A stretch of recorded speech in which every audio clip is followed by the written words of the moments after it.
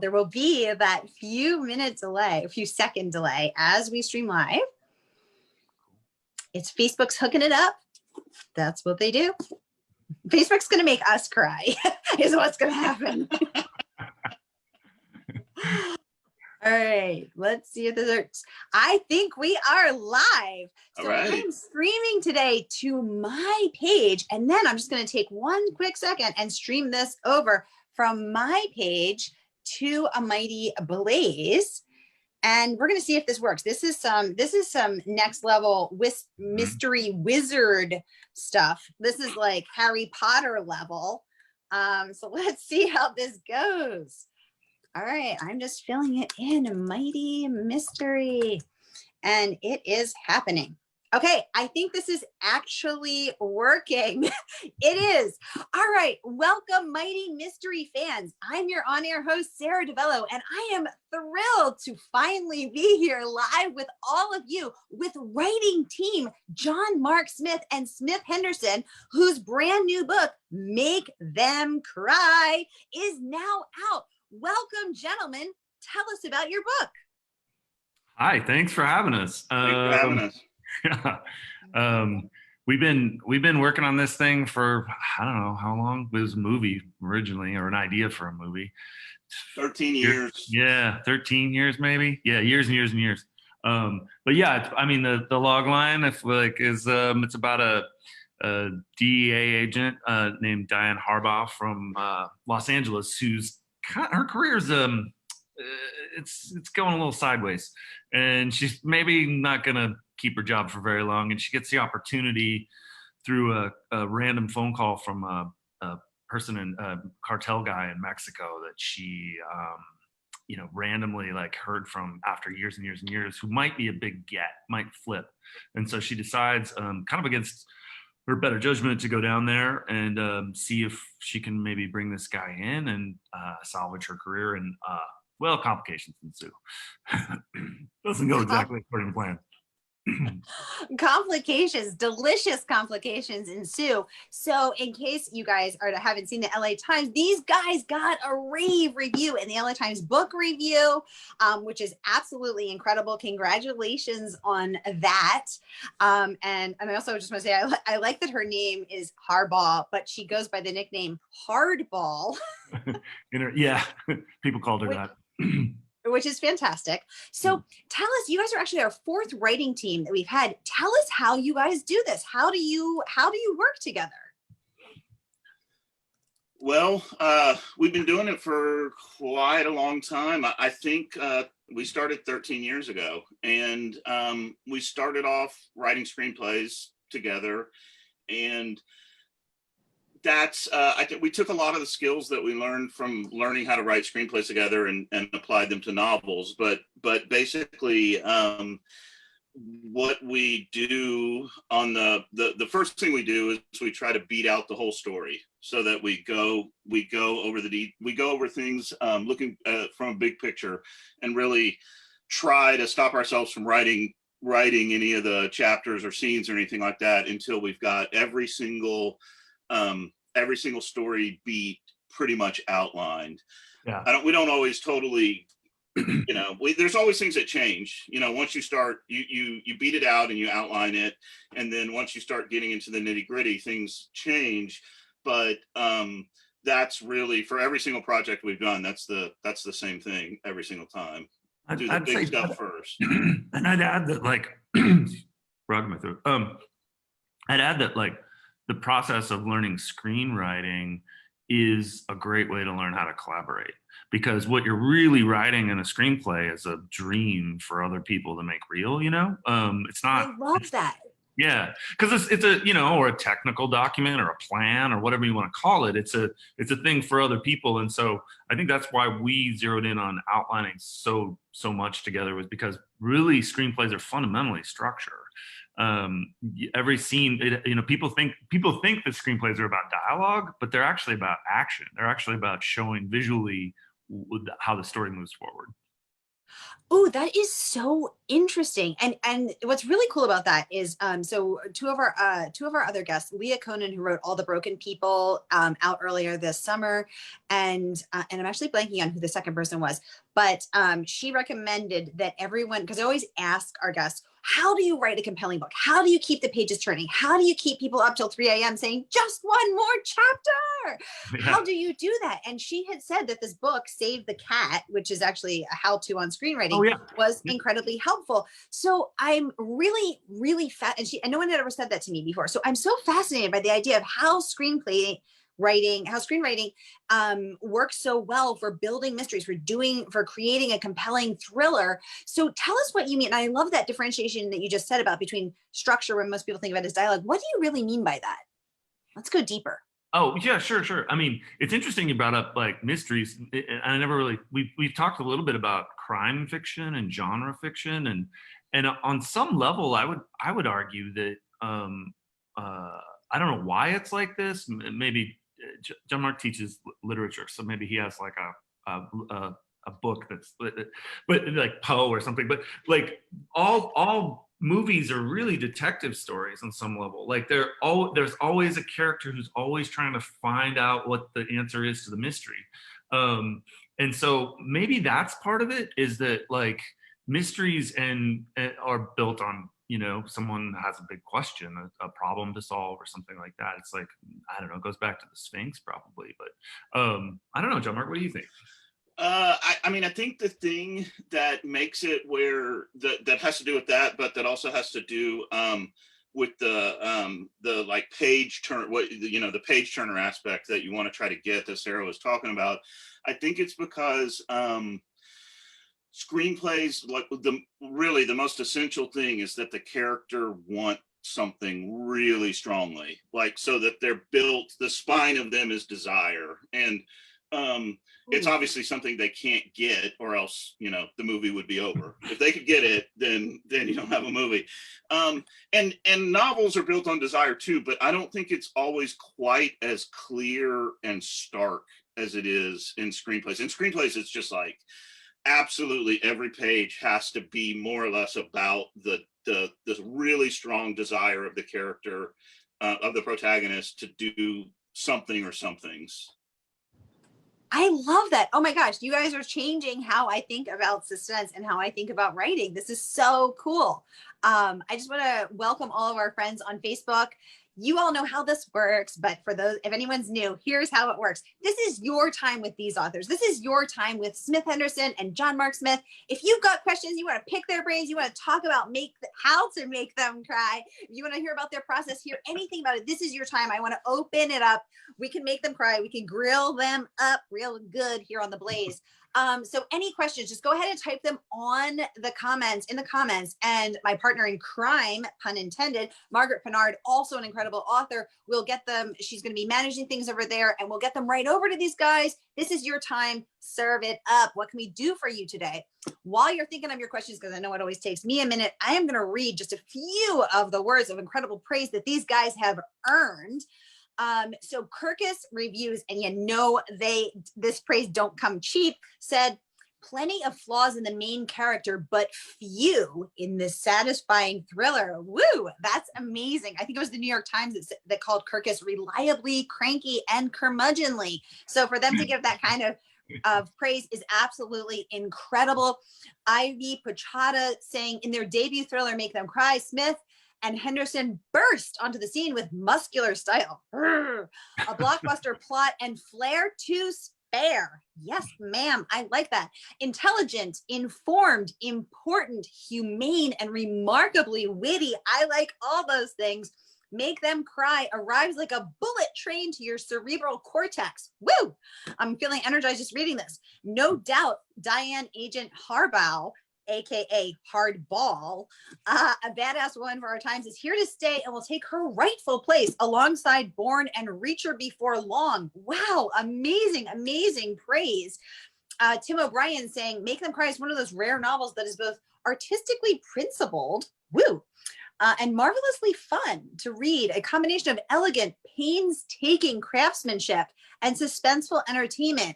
If that were not enough, it is also a book that reaches into the reader's hearts. It is not often I can say as I do now, I loved this novel. Wow, did that make you just feel so great? Oh man, Oh yeah. Tim's a legend, and Ivy's a fantastic writer doing her best work and right now. And so yeah, it means a lot to hear from people you think of as necessarily even as peers, but then to have them say things like that's incredible. Yeah. That is incredible. So I think that, and I think what is, amazing is that they took such care with their words, right? So to say that a book is elegant and has painstaking craftsmanship, suspenseful entertainment, this is high praise and careful praise. So tell us, how did you do it? What is the key to crafting painstaking craftsmanship is to create suspenseful entertainment? How do you do it? You get up every day and do it. I mean, my short answer on all this is first thing in the morning, make a cup of coffee, and before you read anything at all, pick up wherever you left off the day before, and hopefully you've followed Hemingway's advice and left in the middle of a sentence, or what the next sentence is, so you can get rolling. And to me that's the trick. You can't sit around thinking you're gonna there's another quote. Another one of my favorite things is Tom Waits says, a reporter says to himself, I guess, when he sits down to write a song, it's like, this doesn't need to be the national anthem. You're just like, there's a mixture of taking it very seriously, but then also realizing you're kind of in it for kicks. It's something you like doing and you do it. I don't know. What do you do when you make a painstakingly crafted masterpiece, Jon Marc? What's your trick? I mean, I think you got to make sure that you get your characters into plenty of trouble, and it's trouble that they can't find their way out of easily. So it's like they have to make a lot of mistakes, and they have to be doing things that people can probably see from the outside are wrong. It's like, oh, don't go into that scary cabin in the woods, right? Like, we wouldn't do that, but the person in the story needs to, the person in the novel needs to. So I think you really just want to give them as much trouble as you can, and then have them be wrong for a lot of the time until maybe they're finally right. Yeah, I mean, I feel like my initial instinct early on in writing things was I'd encounter an impossible circumstance, and I'd be like, well, I don't know how they're going to get out of that, so I'd discard it, and that's actually a mistake. Put them in an impossible situation that they can't get out of, and then figure out how they do get out of it, or what happens as a consequence of it. So yeah, so you got to have a nose for trouble. A nose for trouble. Oh, I love that. And I think you both just made a really important point, two very important points, which is that we do hesitate to put our characters into trouble because we think to ourselves, well, I wouldn't go into the creepy basement. I would not go into the shed in the deserted woods. But by doing so, we have to get them into, as John Lewis would say, good trouble. So that, yeah, this is so helpful. So you have to push them into onto the precarious bridge. Yeah, I mean, sometimes the ways people get into trouble in real life are sometimes it's a pretty innocent thing, like it's like, don't go into that dark scary basement.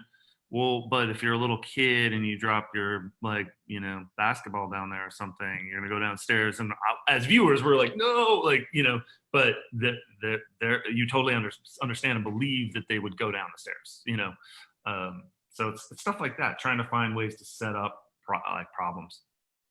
Exactly. Yes. So what's one thing that you want people to learn or feel or walk away from this book having experienced? Well, I would say that we're both really interested in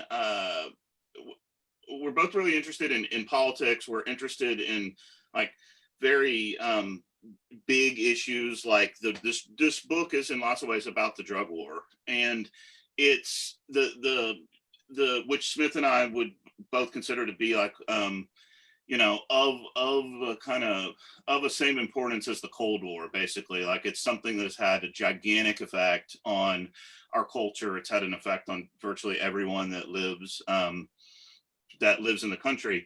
And, you know, this book is about the DEA and the CIA and drug cartels. And we really wanted to explore like what the drug war has done to the people involved in it, the way that it's twisted them, the way that it's hurt them, the way that it's malformed them, the way that sometimes it's made them monstrous. And you know, the book is not a lesson about the drug war, but it does take place with a dramatic backdrop that we think is really, really important to everybody's, you know, political lives, their daily lives, to the choices that they make and have been made for them. I love that. I love that. I love when authors seize the opportunity to do something meaningful and thought-provoking and momentous on the pages of a thriller. That is so right up my alley, and I know as many of our fans and friends as well. And you chose to do that with a female lead protagonist. Why a woman, and what was it like to write her? Oh man, she came out, she kind of insisted on herself. Yeah. You know, really, like we had written this thing initially. We had written this. We had an idea of this thing as being kind of a thriller, obviously, and a film, and we sort of defaulted towards the classic like hero. And as we moved into developing it as a novel, we just quickly realized that our most interesting character was Diane Harbaugh, and she was our way into the world that we were creating, and she was more intrepid in some ways than a lot of the other characters, putting herself in peril in ways that, you know, she just literally was doing all the interesting stuff, and and so it was like you had to put your camera on her shoulder and follow her and get into the story. We have other characters that we get their points of view in the book as well. She's our entry into that world. And I think she's really heroic for that. So we kind of admired her. I think that was maybe the reason why, like, she just leapt out as she was just our favorite. Yeah, you could feel that. This is her book. Oh yeah. And what was it like for each of you to write a woman as a protagonist? Well, how did you get in here? Well, I think we just wanted to make her, you know, specific and interesting. And the thing is, like, there are elements of her gender that have to do with the situation that she's, like, with her problem, which is, you know, one of the things is, like, I think that she feels as a woman DEA agent, there's like a kind of pressure on her that she feels she's in, to some degree. It's not totally a man's world, but she is definitely like someone who is, at least she's somewhat unusual, right, for being a woman in this world. And I think she feels like it's like she is almost sort of more risk taking because of that like she feels like she has to take these big risks because she doesn't have the advantages that maybe some of the other male DEA agents have. So like I said earlier, you want to put your characters in dangerous situations, and you want them to be risk takers, even if like that risk is sort of wrong, even if it's like not what somebody should do. And this character, like Smith said, she wasn't the protagonist for like years and years and years as we were working on this project, and she made herself the protagonist, and that was because she was like this character that just had the most, like, there was the most danger attached to her, but there was also like the most sort of will and drive and desire. And obviously those things are not gendered characteristics, but in this case I think that it makes sense that a lot of that comes from her particular circumstances as a woman DEA agent. Mm-hmm. Yeah, it's interesting because actually one of my best friends is a female FBI agent, and it was so interesting, you know, to both witness her at work and to see.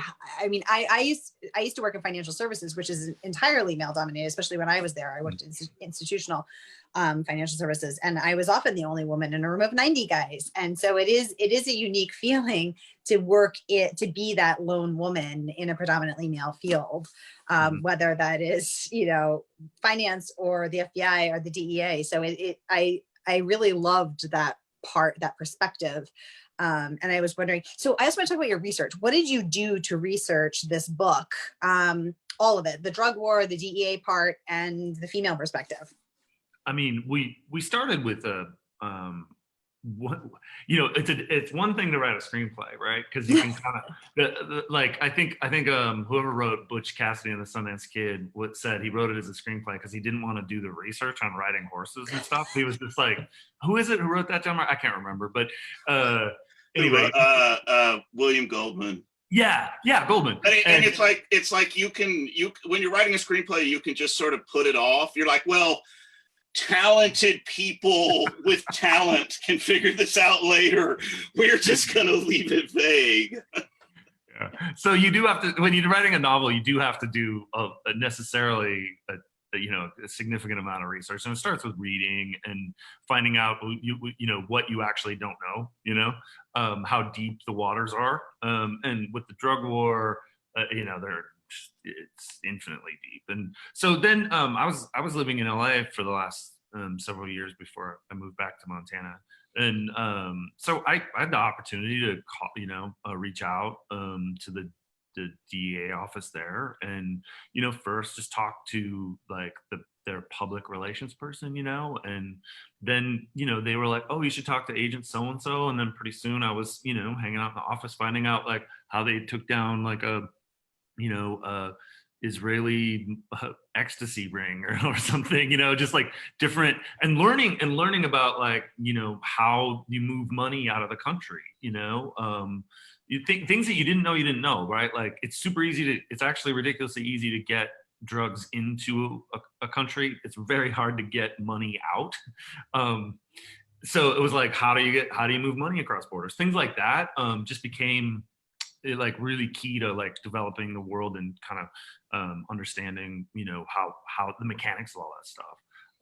So that's kind of where and then Jon Marc, you know, went to Tampico, Mexico, where a bunch of the book is set.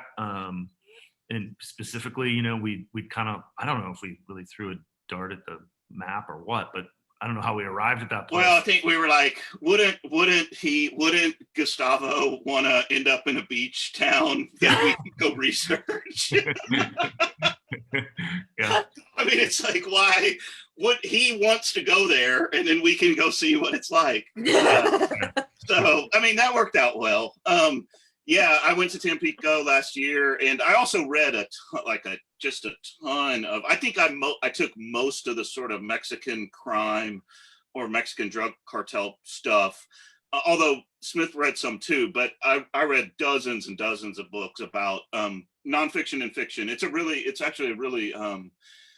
really great time in Mexican fiction right now. There's been a ton of just terrific books published over the last 10 or so years. But anyway, there's like a lot of great nonfiction books, both sort of academic and for general readers, about the drug war in Mexico, whether sort of the kind of long running drug war of since the 80s or really the sort of more specific one that started with the rise of the Zetas. So like there's just a ton of information, lots of like truly great, really brave writers, you know, like people who are really putting their lives at risk, like in particular, like people that were doing research and reporting and say, oh, I don't know, the late 2000s when things were very, very sketchy, and you know, lots of the murder rates were really high and lots of journalists were being killed in Mexico. And so there's a lot of terrific both literature and nonfiction books that have come out of that. And so I enjoyed doing that quite a bit. So that part was really fun. That's so interesting. And didn't Johnny Depp or somebody go down there and try to talk to? He volunteered. Spicoli. Sean Penn, yes. Sean Penn. Spicoli. Yes. Well, he got El Chapo busted. Yeah. His phone, the fact that he went down there was actually the thing that led them to be able to ping El Chapo. So Sean Penn did help. He selflessly volunteered. Well, he didn't help El Chapo. Yeah, that's true. I love it. And what about the female part? Did you have female first readers? Did anyone say to you, yeah, this is not how a woman thinks, or correct you? We definitely had a variety of readers, check our math on emotional content of the book. Your lady math. Yeah, we also wanted to just make her specific and not, she doesn't stand for anybody. She's not symbolic of anything. She's not like representative of her gender, really. We wanted to really make her a very specific, real character. That was what we were most interested in. Yes. Okay, cool. And did you get any feedback where female readers were like, no, or? Oh, you always get feedback from, your good readers that clue you into like your blind spots. I mean, that's kind of the pleasure of writing in general, is to get to learn what you don't know and think hard about it and find ways to deepen yourself. I don't know that books actually make other people better, like reading them necessarily, but I know that writing them, I hope, makes me a deeper person, So you go on that journey yourself, and so yeah. Yeah, but it's like, I just remember one thing. It's like, what kind of shoes does she wear, and can she run in them? And it's like, I might as well. It's like, I had never even thought about that, really. Like, what does a woman DEA agent wear if she has to run? Right. And so those kind of things that were basically like pretty foreign to us, or we never thought about it, like that kind of interesting thing, like having to talk to somebody to figure out what the truth is about that, or like maybe she doesn't wear the right shoes, and like that's like she should have, and so that kind of stuff is the kind of stuff, you have to think about it and be empathetic and talk to people. Exactly. Margaret is saying, is Sean Penn the North Korean equivalent of Dennis Rodman? Could be. Sort of, but worse. I mean, North Korea is still there, Sean Penn took down the whole cartel. Sean Penn needs a Medal of Honor. We have a question actually for Margaret. She's saying, what were some of your memorable blind spots? Besides the shoes. Yeah, besides the shoes. Well, I think like just in general, we had screwed up our conception of her from the beginning, and I think it actually hurt the project as a novel. So when we were working on it as a screenplay, we had Harbaugh as an antagonist, and she was like resentful. She was out for revenge, basically. So she was much more like, I mean, it was cool. She was a cool character, but it was just much more one note. It was like, she wants to make the people pay who did this to her, right? And so there just wasn't as much richness. Whereas like when we started working on a novel, it's like, this character, we've done all these cool things with her, but it's like she's so like just limited. What if we sort of take it back, take it back, and we try to explore her more like without the sort of resentment and anger, and just like she's not just seeking revenge. And once we did that, like once we figured out that we had basically like started her in the wrong place and therefore started the story, in the wrong place. Yeah. Then that like total it, everything changed. So it was like once we really reconceptualized her, we reconceptualized everything. She had an influence. I mean, it not one aspect of the project remained the same after that. Yeah. I would say too, like I did hang out with female DEA agents and got their kind of unique perspective on what they thought they were. It was different than the guys in the DEA. Their reasons were different. They seemed to come from a place of like I think I don't know if this is totally true, but it felt like a lot of the guys were just like it was a given they were cops always.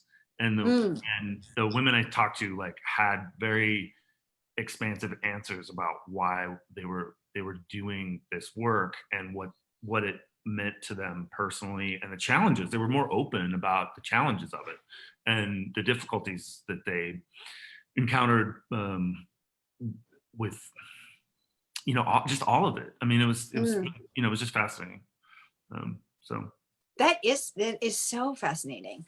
So first of all, I just want to also say that I love that this book that you took the time to spend 13 years on this, because I think so often there's this incredible pressure to, have a book a year or whatever the rate is.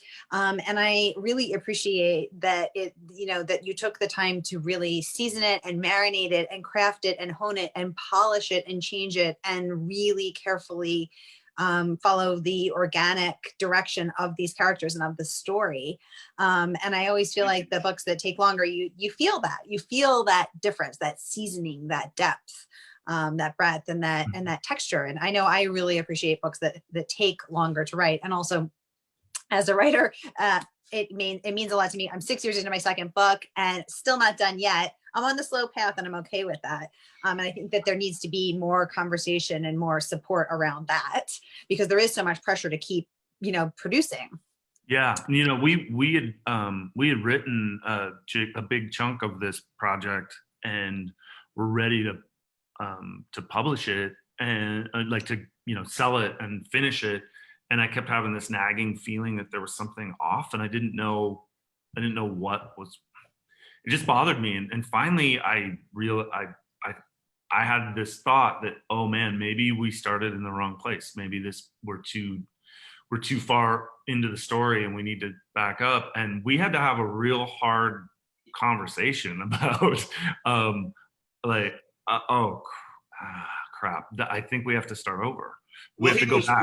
Ripping up our check. He was taking our check and just ripping it up and just throwing it out the window. So, but he was right. He was absolutely correct. So it was good that we we had money in the hand, but we didn't take the deal because we'd written the wrong book.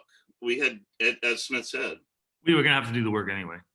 I mean, it was just, we're going to have to fix it. And so we had to get honest with ourselves and then with our publisher. And so, it all worked out in the end, but it took us longer than we thought. It always does. Exactly. So let's talk about that hard conversation as part of what the writing team process looks like. So you said at the beginning that you spend a lot of time hammering it out. So clearly you're plotters, not pantsers. So you get the whole thing and you spend your time up front hammering it out. Then is it you take a chapter, I take a chapter? Is it you write the first draft, I revise it? What is it? How do you actually work together as a team? Well, we outline the whole thing, and then we usually a lot of it is really not exactly planned. It's sort of like who has the time to do whatever needs to be done, because it's like my day job is kicking my ass right now. His day job is kicking his ass. Then it's like we've got to, it's like I can work on this, and so. There may be some chapters where it's like I feel, where somebody says I feel like I have a handle on this and I'll start it. So, but basically, we sort of do catch as catch can with the chapters, and somebody drafts it up, and then as soon as it's drafted, someone else goes through and either starts revising it or gives notes on it. And then we just sort of are constantly, then once that happens, then it's all, I mean, sometimes you can draft a chapter and basically almost every single thing goes, like every single word gets changed. It's just that a lot of it is like that. Even if all of it changes, the heavy lifting is still really important. So whoever does that, they know that they can't be married to those words, right? It's like, they're not, the words are just, they're just words. They're the cheapest thing you could possibly, do. And so it's a process of like, just where it's very recursive and it's very back and forth, and it takes a long, long time. But I would say it also, the advantage, I don't know if it makes it go faster or anything like that. It is I would recommend writing partnerships for this one thing. It's just that you can always have someone read a book that you've written, or a chapter or some pages, and they'll give you their dispassionate, hopefully like, outsider feedback. It's entirely different to be enmeshed with someone else's brain in the middle of a thing and be able to go to them and say very quickly, like, I'm having trouble in chapter 8. The part where this happens, the conversation's not, and he knows what I'm talking about is, it's like amazing. It's like, you don't, I don't know. I mean, there's clearly analogs and other partnerships in art and sports and things like that. I think it's, and also, I mean, just to get corny for a minute, it's like, it makes our friendship better. Like, I believe that working on the thing with your friends is kind of one of the, I mean, it goes back to Aristotle. Like he's one of the foundations of friendship is that you have a shared passion or activity or thing you do with your friends. You can't just be, it's not just, oh, I have the same opinions or we're from the same place or something like that. Friendship's an active thing. So in a way, this is like a act of friendship. It's not just a job. So that's cool, right? Yeah. And I imagine, because it is such a solitary path and it is such a solitary work, that it must be incredibly comforting and incredibly heartening and incredibly wonderful to have that person where, because of course we all have other friends that we could say, oh, I'm writing this book and I'm stuck in this scene. But like you said, when your brains are enmeshed and you don't have to explain why something wouldn't work or what you're trying to solve, when you could just say chapter 8 stuck here and you're just in it together, that must be really wonderful. Yeah, except that you're stuck in chapter 8. It's good when you can be like, we need something good here and I can't think of what it is, and you just leave that and then your partner fixes it. Now sometimes it's like, we can't think of what's good here and like neither one of us can think of it, and it sort of stays that way for a while, but that probably doesn't happen that much. So what about the tough conversation? Did you ever get to a place where you're saying, I want this, and the other person says, I don't want that? Or Diane, I was reading in the LA Times piece that, that you were worried you had started too far into the story.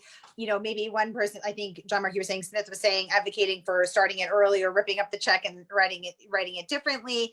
Were you ever like, no, you fool, we're not doing that? And, I mean, we tried to keep the check. We just, we couldn't. We're like, hey, we're gonna start over, and I think they were like, cool, we'll keep the check. Like, that was how that worked. We're like, yeah. I mean, I don't know. Talk about that, that conversation, Jon Marc. Like, I mean, what was it like when I called you and was like, I think we have a huge problem? Okay, so like the thing that really matters is like, it's trust, right? You like, if someone is constantly telling you that they, like, if you had a writing partner that's constantly like every single week there's like a burning issue and you've got to burn everything down and it's all, you're always dealing with some like dramatic thing, you would after a while like stop trusting that person. But the thing is, like, I knew, like, even though I did not want to hear it, and I wanted to, like, I really wanted the money and I wanted to just have the, like, let's just get it and get the contract and just go forward, because I trusted him and I knew that because our partnership had such levels of trust, it's like, I knew that he wouldn't be saying it if he didn't truly believe it.